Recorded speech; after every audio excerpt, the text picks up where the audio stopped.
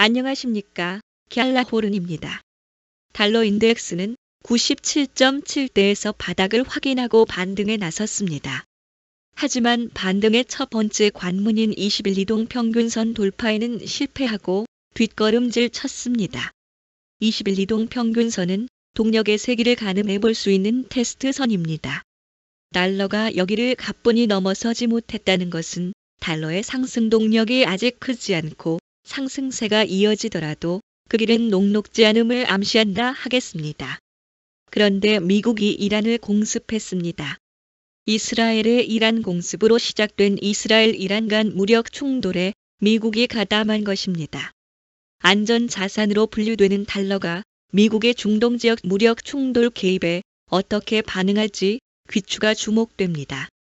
달러 인덱스는 4시간 차트에서 20일 이동 평균선을 넘어선 다음 볼린저 밴드 상단에 다다랐지만 밴드 상단을 따라 이동하며 상승세를 폭발시키는 대신 조정에 들어가 20일 이동 평균선까지 밀려났습니다. 달러는 20일 이동 평균선을 따라 이동하고 있는데 이동 평균선을 발판으로 재도약을 위한 동력을 축적하고 있는 것으로 풀이됩니다. 달러가 반등에 성공한다면 볼린저 밴드 상단과 98.75대 이는 121 지수 이동 평균선 사이에 형성된 저항대와 마주하면서 달러의 상승 동력을 테스트할 것으로 보입니다.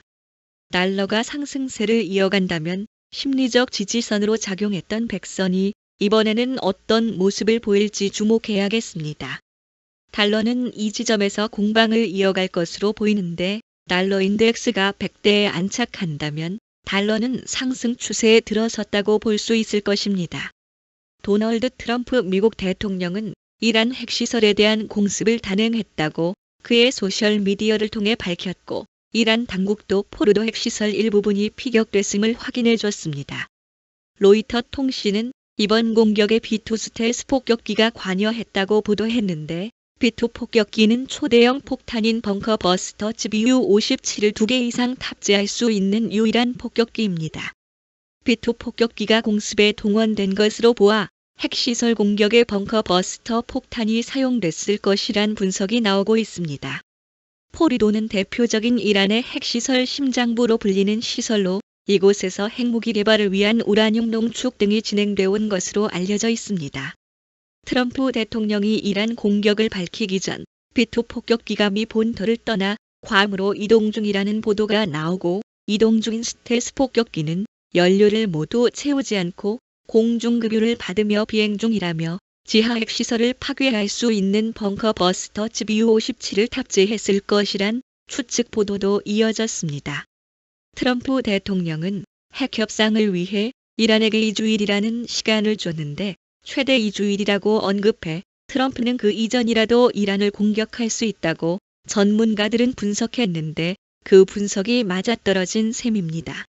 이스라엘의 이란 공습에서 시작된 중동 지역 불안은 국제 유가와 달러를 비롯한 안전자산 수요를 자극해왔습니다.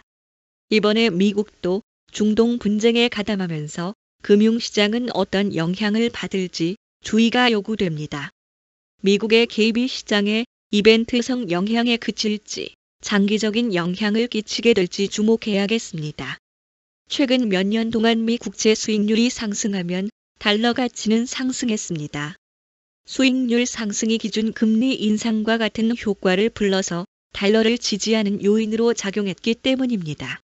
그런데 국채 수익률이 증가했음에도 달러 가치가 떨어지고 있습니다.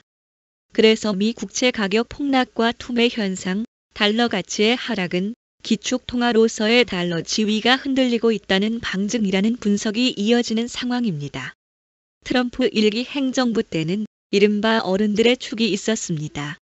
외교안보에서 미숙할 수밖에 없던 트럼프의 결정을 바로잡아주는 역할을 해주었다는 게 어른들의 축에 대한 평가였습니다. 트럼프 대통령은 그 어른들에게 호되게 당했는지 2기 행정부에서는 어른들의 축을 자신의 충복으로 채웠습니다. 제롬 파월 연방준비제도 의장은 트럼프의 압력과 조롱에도 불구하고 그때의 어른들처럼 꿋꿋하게 금융정책을 일관성 있게 이끌고 있지만 내년 봄이면 임기가 끝납니다. 트럼프 대통령의 눈밖에 난 파월 의장의 연임을 예상하는 이는 아무도 없을 것입니다. 이러한 모습들이 금융시장에 어떤 결과를 불러올지 지켜봐야겠습니다. 미 연준은 현지 시간으로 18일 시장이 예상한 대로 기준금리를 동결하고 올해 금리 인하도 기존과 동일하게 2차례 인하할 계획임을 재확인했습니다. 연준이 4회 연속 기준금리를 동결하면서 미국의 기준금리는 최대 4.5%를 계속 유지했습니다. 연준은 FOMC 성명을 통해 경제 전망에 대한 불확실성이 감소했지만 여전히 높다고 평가했습니다. 금리 동결에도 불구하고 내부적으로는 인플레이션에 더 강력한 태도를 보여 회의에 참가한 19명의 위원 가운데 8명이 올해 2차례의 금리 인하를 예상해 3월에 9명에서 1명 줄었고 7명은 금리 동결을 예상했습니다. 이는 지난 3월에 4명에서 늘어난 것입니다. 연준이 올해 2번의 금리 인하를 예상하고 있지만 그 가능성을 3월보다 낮게 보고 있는 것으로 시장은 풀이하면서 연준이 매파적 입장을 강화했다고 평가했습니다. UBS 자산운용의 매니징 디렉터 브라이언 뷰텔은 현재 시장은 지정학적 긴장, 관세 불확실성, 그리고 연준의 차기 행보에 대한 의문 등 여러 가지 문제에 직면해 있다고 평가했습니다.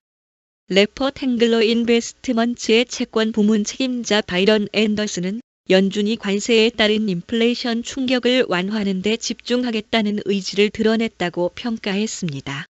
연준은 관세로 인한 인플레이션을 억제하기 위해 고용이나 성장 같은 다른 것들을 희생할 준비가 돼 있음을 이번 FOMC 회의가 보여줬다는 것입니다.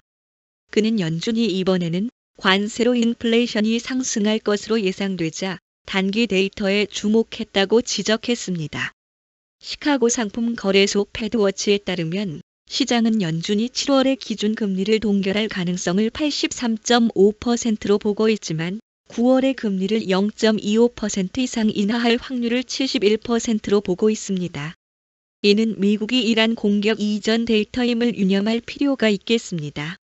여러분은 현재 외환 시장에 대해 어떻게 생각하십니까? 댓글에 여러분의 생각을 남겨주셔서 함께 생각해보는 자리를 마련해 봅시다. 갤라호르는 트레이더의 눈으로 시장을 바라보며 투자자 여러분들이 시장에 대한 이해와 통찰력을 갖는데 도움을 드리려고 노력하고 있습니다. 갤라호른에서 제공하는 보고서는 참고용으로만 활용해 주실 것을 말씀드리며 투자에 대한 책임은 전적으로 투자자 자신에게 있다는 점을 유념하시기 바랍니다. 도움이 되셨다면 구독과 좋아요 부탁드리겠습니다. 감사합니다.